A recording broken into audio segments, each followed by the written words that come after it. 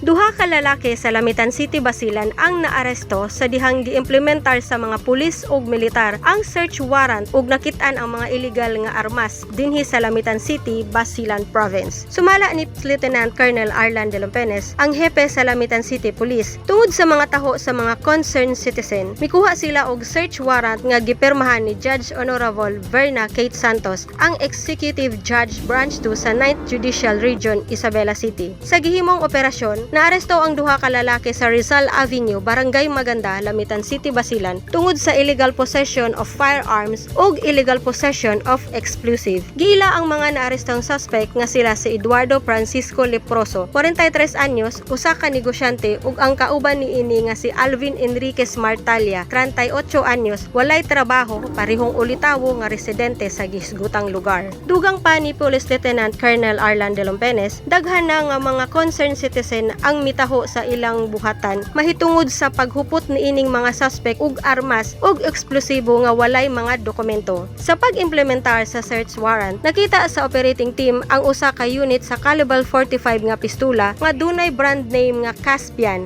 nga dunay serial number nga 793184 ug dunay metal magazine nga loaded ug upat ka buhing bala ug usa ka 40mm grenade explosive. Hinungdan sa pag-aresto kay Eduardo Francisco ug Alvin Enriquez. Duha ka alternatibong recording device ang gigamit sa mga operating team subay sa Section 1 ug Section 3 Rule Number 2 sa AM number 210608 nga gi-issue sa Korte Suprema nga epektibo ni adtong Agosto 1, 2021. Gidala una sa Lamitan District Hospital ang duha ka giarestong suspect alang sa medical examination ug booking arrest, samtang ang mga na-recover nga 45 nga pistola ug mga bala ipailalom sa ballistic examination Provincial Forensic Unit. Pagkahuman iatubang sa issuing court ang mga naaresto ug ang nakumpiskang gamit sa search warrant. Kasong paglapas sa illegal possession of firearms ug violation sa illegal possession of explosive ang giandam nga kaso ang isang at sa buhatan ngadto sa Lamitan Prosecutor batok sa duha ka dinakpan. Sherry May Gonzalez,